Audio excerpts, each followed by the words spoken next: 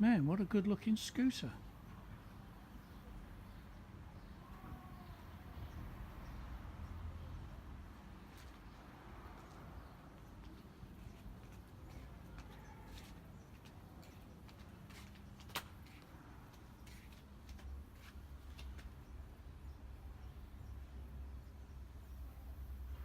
It's me, look.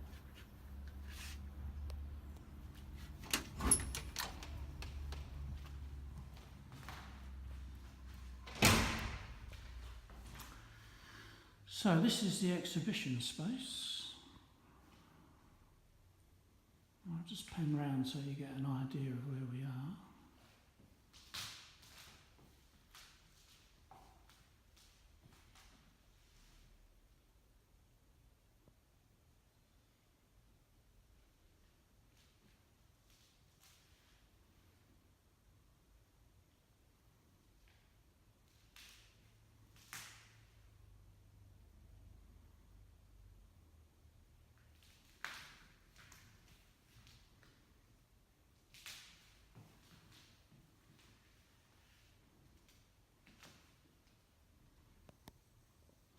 That's where I will be sitting 4 days a week for three weeks. Okay. So because everyone's old and they forget to bring their glasses, there's a couple of visual aids there. So there's a blurb, which is about where it all begins, I suppose. Let's have a look at that.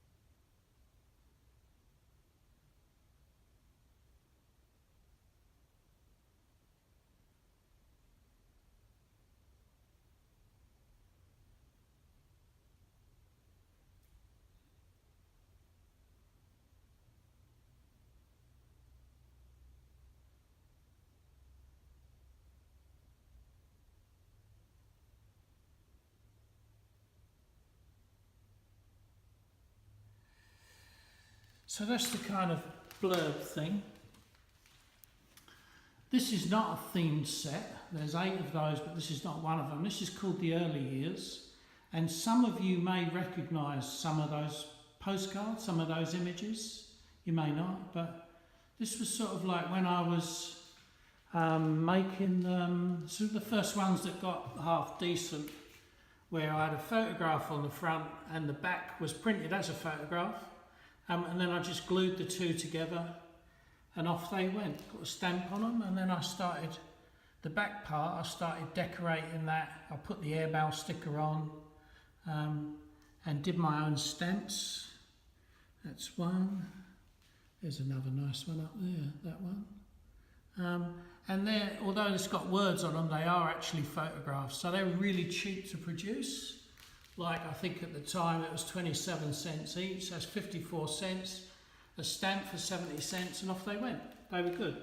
They were the first ones where I didn't actually make them by hand, I got them printed.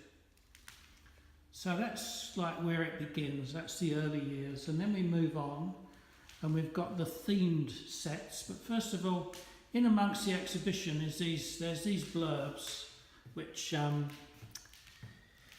sort of like give a context for it, I suppose.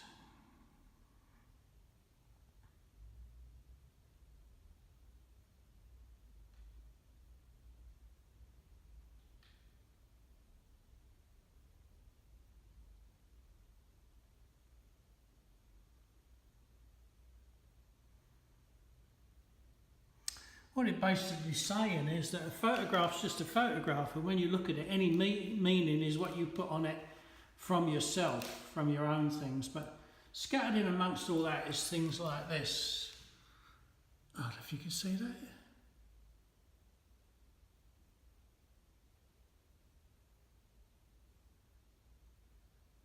It's a quote from Humphrey Bogart. So, now this is the first of the themed series, and this is called Country Life.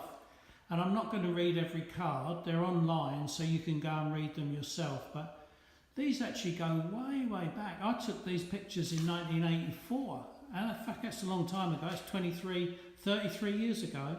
And I actually had them in one of my old houses as the photograph, and then underneath the photograph, within the frame, was the words. I hadn't done postcards at that point. So these are the first ones, and these are taken in Southland. The first time I went down there, I was struck by how many empty buildings there were. I mean, they were everywhere. And you kind of look at them and think, my God, why are all these places empty? And some of them had, like this one here, the house was next door, but there was the garage with an abandoned car in it. And you think, my God, where do these people go? So, and this one, the abandoned house was behind me, and this was across the road. I mean, there were so many of them, and so I started making up stories about what had happened to those houses and those people. So that's Country Life. What we got here? Oh yeah, it's just how words tie things together. Right, we look, then look away.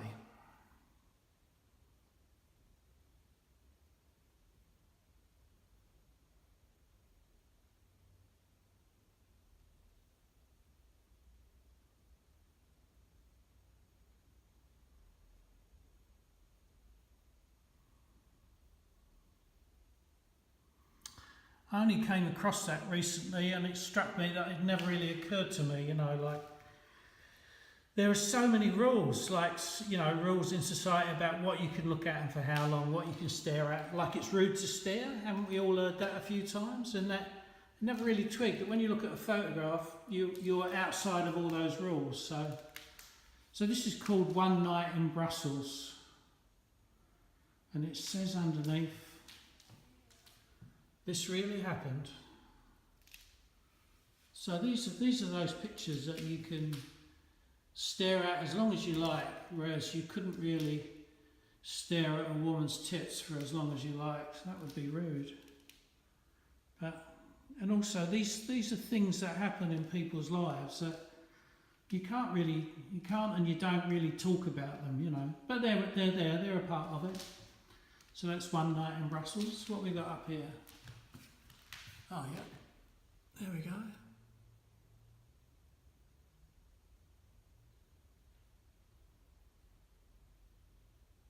So true, huh? Now this is just this is not part of a theme set, this is just a one-page thing, more about those rules. There's a picture of a naked woman standing there looking at herself in the mirror, and there's a series of questions. Was it a man? Was it a woman? Were they white? Were they black? Who took this picture? Were they from here or some strange place? Did they speak English? Were they rich or poor? Were they a good person or did they do bad things sometimes? What were they thinking? Is there something here I don't understand? Is there something hidden here? Will I get it? How will I know if this is a good photograph? What has she got any clothes on? Am I supposed to look at her nakedness or am I supposed not to? Is this pornography or is it art? What else can it be? And who is this person? And here's some answers. It was a woman, she took the picture, she was white, she was a Jew, she spoke English, she was rich, she was married with children, then she got divorced, she had sex with lots of different people, she took this photograph of herself, she was successful, she was famous, and then she killed herself. And that is a picture of Diane Arbus. If you don't know who that is, just do a Google search for Arbus, A-R-B-U-S, and you will recognise her photographs. Right, so this theme set, this is called War Stories, and it all started with this truck. I went out the back of Whangarei to a place called Cowrie Mountain Road, and I was looking for a fishing spot. And you go down this dirt track for miles and miles and miles, and at the end of it is like a semi-abandoned farm. And this is parked out the back of the farm. And it's an old World War II sort of some kind of electrical gear. I called it a radar trap. But I took a few pictures of it and I went home and I had a look at them. And at the time I was reading about the Blitz in London, how every now and again they would find a body that they didn't think was killed by the bombs, that somebody had been bumped off and somebody had taken the opportunity to, I suppose, knock someone off and think, oh, it'll get covered up in the war, which it generally was. And I've read other things about how the war covers various crimes. Like, war is not just war, it's a time when people can settle old scores under the cover of war. So, but this is a bit like that, but it's a fictional story about, what's it about? It's about a kid, about a young boy whose father commits suicide because his mum's having an affair with a guy, and he's young and he feels powerless and all that stuff. And then he gets a bit older and then the war comes along and he thinks, fuck, I can get that bastard now. And that's what the story is about. Although I think I sent it to some people and I don't think that was too clear. But anyway, there's a link to these sets of postcards online where you can go and read them without me shaking the camera around or my arms shaking from holding it too long. Try and get the glare off of it.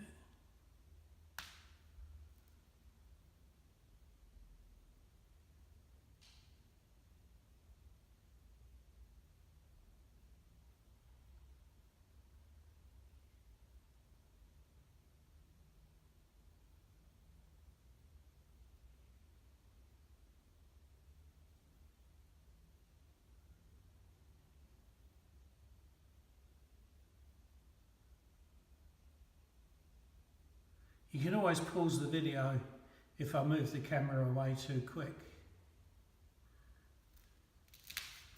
And this is one of my favourite little quotes I've found. With an iron fist we shall chase humanity into happiness. I wish my mum had known about that. She certainly chased us into happiness a few times.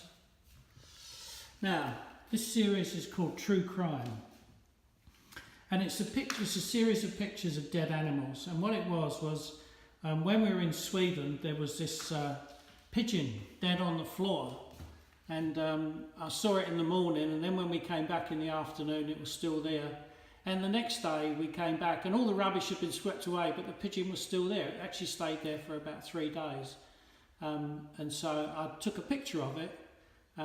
Put a chalk line around it, you know, like the old bodies where they, you know, the old movies where a dead body was on the ground and put a chalk line around it. And I wrote a crime report about the victim. The victim was found face down on the sidewalk by one Patrick Williams. No purpose being identified as yet. Not much is known about the victim. Inquiries reveal he was known in the area as Birdie and was seen hanging around the main station. Death was a few hours prior and looked to have been a sudden impact with a blunt object. Reports have been noted of the sound of a car speeding from the scene, but cannot be verified. Inquiries are proceeding afoot. And I sent it to my friend Kenny, who probably didn't know what the hell it was. But then I sent him another one, and then another one, and another one. But after 6, it was getting a bit ridiculous. Anyway, you can see this series online. It was just a bit of fun, really, with me and Kenny. And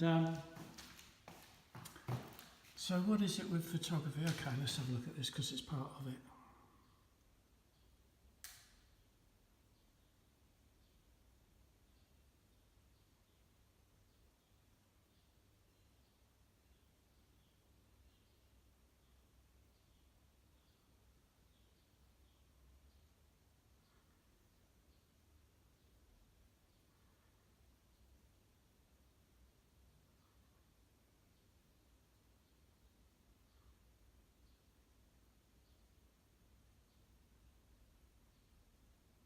Like I said before, you can pause the video if I move this too faster than you can read.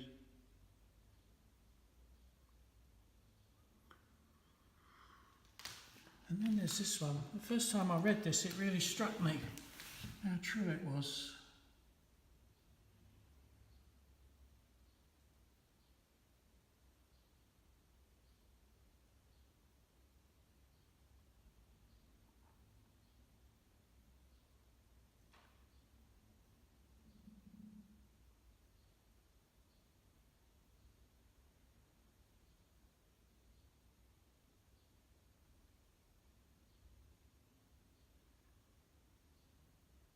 And that is so true.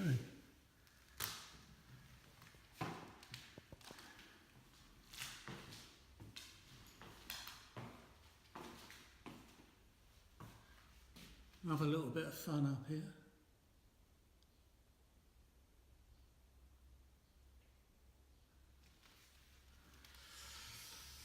Now this series is called The Immigrant. It's about being an immigrant, and I did these and I sent them to lots of people, but I never sent them to any Kiwis because they wouldn't understand.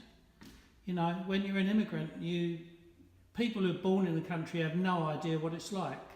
When you move to a country, you find out what it's like, and I think with all countries, it's not just New Zealand, the people that live there, that were born there, have an idea about their country that is generally not very true, whereas the people that move there find out what the country is like.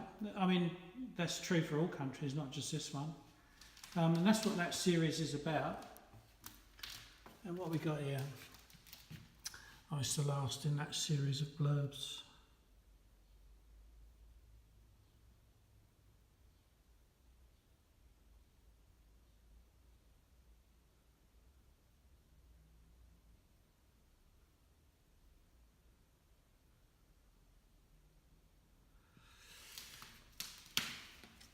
Here, what have we got?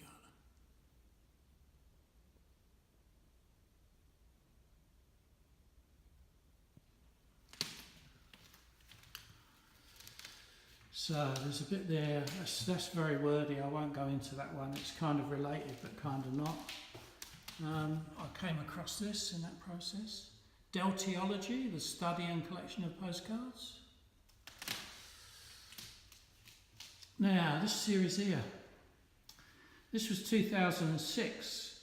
Queen Mary Hospital in Hanmer was one of the last residential drug and alcohol treatment centres, and it was shut down by Jenny Shipley, you know, the Minister of Health, on the basis that these people belonged back in the community, not locked up, but they were put in the community with full support, which is actually bollocks. They were just put in the community with virtually no support. I was out there one day at the old Queen Mary Hospital in Hanmer, and you could walk around and have a look through the windows, take pictures. It wasn't vandalised, which was really interesting. And one of the things I put in the blurb there is that when I first came to New Zealand, when I first came to Christchurch, what surprised me was how many people that I knew had actually been there, and some had been there with drinking problems and some had been there with depression, but people told me it's one of those places you could just go for a rest. Unlike every other psychiatric institution I've ever come across, people always talked about it in really warm terms, like it was a nice place. It's called Queen Mary Hospital, and the last one is just really the saying tagged around the place. When people come out, they'd say, "Now that I'm clean, I say thanks to the Queen." It's a tragedy, really. It was shut down, but you know, like all that stuff, I won't go into it. Yeah, well, this is one. I will put it here, and you probably have to pause the video to see all the words.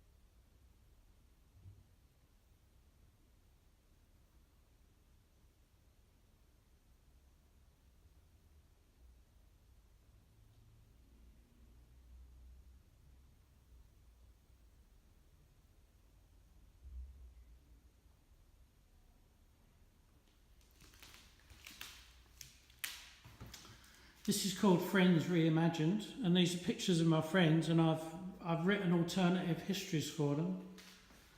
This is my friend Kim, who was a High Court lawyer trying many famous criminal cases, and now he's reimagined as Slasher Gibbs. Dear old Kim, lovely, eh? And this is my friend Ian, who comes out as Brian. This is actually Dame Gillian Whitehead, yep. And she is Li Fang Qiu, the notorious Shanghai smuggler and opium addict. And this is Joyce, reimagined as a grandmother, who is Hinia Terupata. Nice, just a bit of fun really. But also it's about doing portraits, doing a couple of little portraits. Now, buy something. Any postcard for $10 can be sent to you or anyone else. Settle old scores anonymously, or let them know who it came from. Ask the guy at the desk. Now, what you will see in some of these postcards is you can address a postcard to anybody you like. There's Jenny Shipley, look. Jenny Shipley again. Some of those ones behind me are addressed to my ex-wife or my bastard husband. So you can actually send a postcard to someone and they won't know who it's come from unless you make it clear who it's come from. Now, this is the final one in the series. This is called Forbidden Stories. This is probably my favourite out of all of them. And really what it is it started with this one down here. When we're in Germany for my son Max's wedding, we were walking along this place up in the north of Germany, one of the old Nazi strongholds, and there was this a sound show, it's called, where a band would play underneath and the sound would radiate out from there. And I was really struck by it. I mean, it's quite a beautiful piece of work. And the other thing I was struck by in Germany was there are no war memorials. You know, like England, Australia, New Zealand, they have a war memorial in everybody's settlement where someone died. Well, in Germany, I don't think there's a single official war memorial to the World War II dead. And the Germans are they don't want to talk about it, they're filled with shame about it. So I saw this and then I just imagined, Germans went out in the war like they were told to do, just the same as all the English and everybody else did. And they died and no one took any notice of where they died. Like nobody brought their bodies home, they're just scattered all over the place. And so for generations of Germans afterwards, their fathers or their grandfathers went to war and never come back. And they had no idea where they went. So, which I thought was really sad, ordinary people don't start wars, but they get conscripted to go and fight. And that was true for them as much as it was for anybody else. Even though they were bastards and did terrible things, they weren't alone in that either. So that was the start of this idea. Like in Germany, you cannot talk about the war. But it doesn't stop people from lamenting the fact that they love people who went to war and never come back. That was the start of it. You can see these online. This is a building outside of Whangarei that I've been fascinated with ever since I first saw it. It's such a weird building. It looks like a bunker.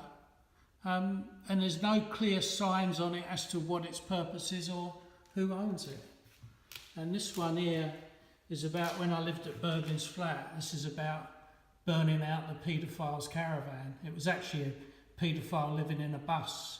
And he went to town one day, and while he was there, they set fire to his bus so he wouldn't come back. It was a very contentious issue because a lot of people weren't convinced he was a paedophile, but a lot of people were. It polarised them, and the people that were said, why take the bloody risk? Let's get rid of him. It's a lovely little one, this one. One of my favourites as well. It's about alternative histories. Not alternative histories for people, this is about some women that I have known in my life. But you can have a look at that one. Once again, buy something. What's this one about? Oh, join in the Shutter Room Collective. And these, I'm going to try and sell some prints. I don't know if they'll sell or not. And they're priced really uniquely.